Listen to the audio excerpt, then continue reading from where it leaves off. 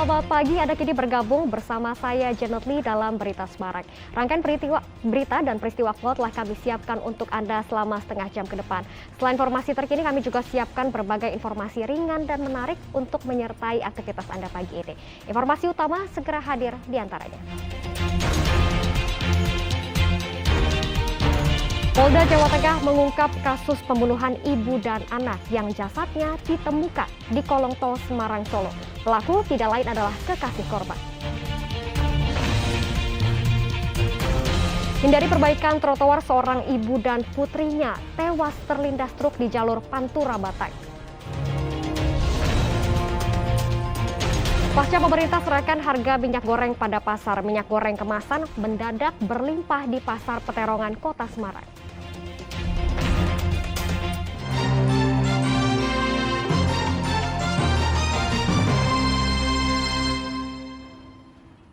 Kita ke informasi yang pertama, Kepolisian Daerah Jawa Tengah akhirnya mengungkap pelaku dan motif pembunuhan bidan Swita Kusuma Gatra Subardia dan putranya Faizza Al-Fariki yang jasadnya dibuang di kolong tol Semarang Solo. Pembunuh tidak lain adalah tunangan korban sendiri.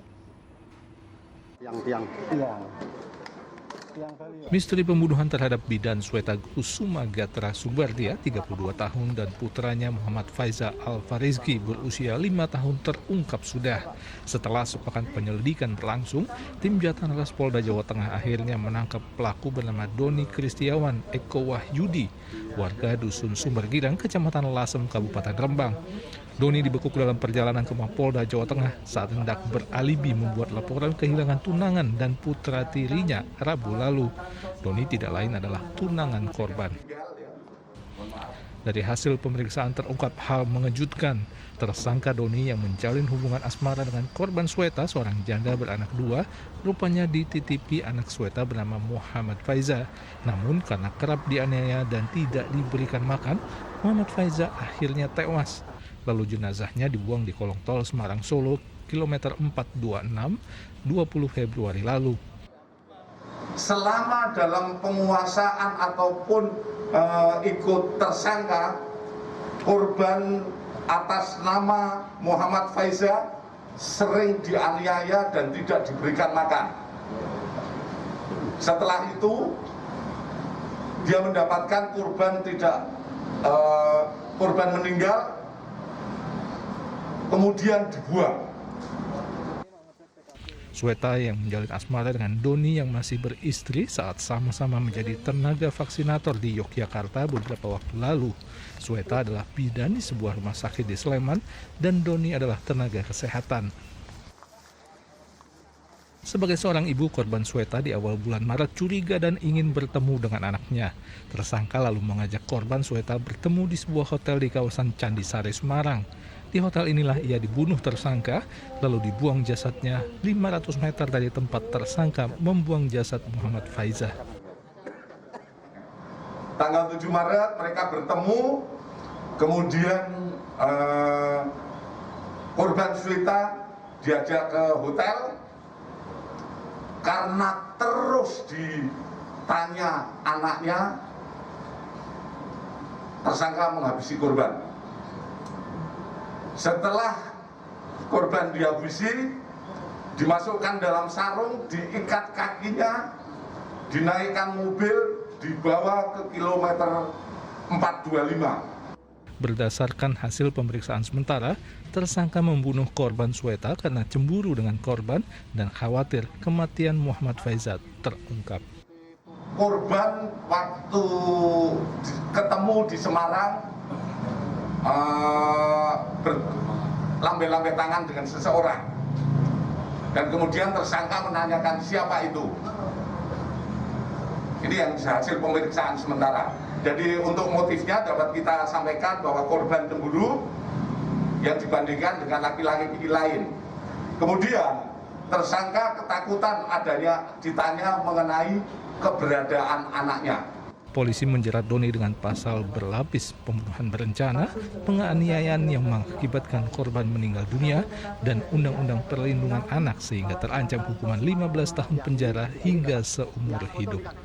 Agus Hermanto melaporkan dari Kota Semarang. Tersangka Doni mengaku tindakan kejinya membunuh kekasihnya Swita dan anaknya Faiza karena cemburu. Ia mencurigai korban bermain mata dengan pria lain padahal mereka berencana segera menikah. Kekesalan makin menjadi-jadi lantaran korban terus menanyakan keberadaan putranya Faiza yang dititipkan padanya. Cekik terus? Tak taruh sarung, Terus? buang di tol. Lokasinya sama dengan yang anak? Jaraknya sedikit. Jaraknya sedikit. Itu selisihnya berapa hari antara anak sama ibu? 2 minggu. 2 minggu. Terus si ibunya nggak kasih tahu kalau anaknya Mbok bunuh. Terus motif kamu bunuh ibu apa? Korban. Cemburu sama jengkel. Kenapa itu? Cemburunya kenapa? Sama cowok lain. Pembunuhan terhadap bidan Swita dan putranya Faiza terbongkar setelah polisi menemukan jasad kedua korban di lokasi yang sama di kolong tol Semarang, Solo. Polisi pertama kali menemukan jenazah Swita Rabu, kemudian jenazah putranya dalam bentuk tengkorak dan kerangka. Duka pecah di kamar jenazah Rumah Sakit Karyada Semarang Rabu lalu. Orang tua dan keluarga begitu terpukul menyaksikan Sweta, orang yang mereka sayangi, telah tewas terbunuh. Jenazah Sweta ditemukan terbungkus sarung di kolong tol Semarang Solo kilometer 425 pada hari Minggu 13 Maret 2022 lalu. Diduga korban meninggal seminggu sebelumnya karena kondisi jasad sudah membusuk. Namun polisi tidak menemukan identitas pada tubuh korban. Berdasarkan pengenalan keluarga, ciri fisik, pakaian, dan perhiasan anting yang dikenakan, polisi mengidentifikasi jasad sebagai Sweta Kusuma Gatra Subardia, berusia 32 tahun, warga Tirto Adi RT 4 RW 19 Melati, Sleman, Yogyakarta. Sweta sehari-hari bekerja sebagai bidan di sebuah rumah sakit di Sleman.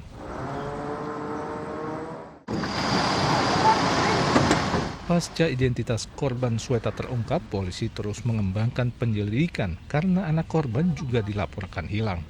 Pada Rabu 16 Maret 2022, polisi kembali menyisir kolong tol Semarang Solo di kilometer 426. Polisi kembali menemukan fakta baru berupa tengkorak dan kerangka manusia yang diduga anak berusia balita yang berada tidak jauh dari lokasi penemuan jasad Sweta.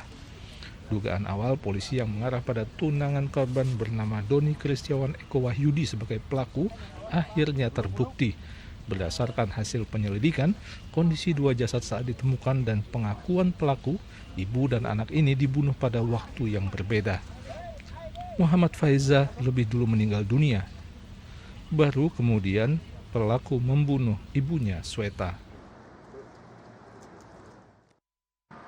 Agus Hermanto melaporkan dari Kota Semarang. Kita ke informasi lainnya, 2 bocah hanyut terbawa arus sungai Perpil di Desa Kaligayam, Kabupaten Tegal. 1 korban berhasil diselamatkan.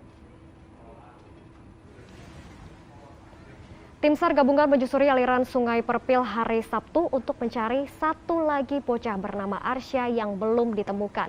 Tim mengerahkan perahu karet mencari korban sejauh 2 km dari titik korban tenggelam. Namun kondisi aliran sungai yang deras menyulitkan tim SAR sehingga pencarian dilanjutkan pada hari Minggu. Bocah Arsya hanyut terbawa arus sungai saat mandi dengan temannya bernama Sapri. Namun tiba-tiba air sungai meluap sehingga keduanya hanyut. Bocah Sapri berhasil diselamatkan warga yang sedang memancing.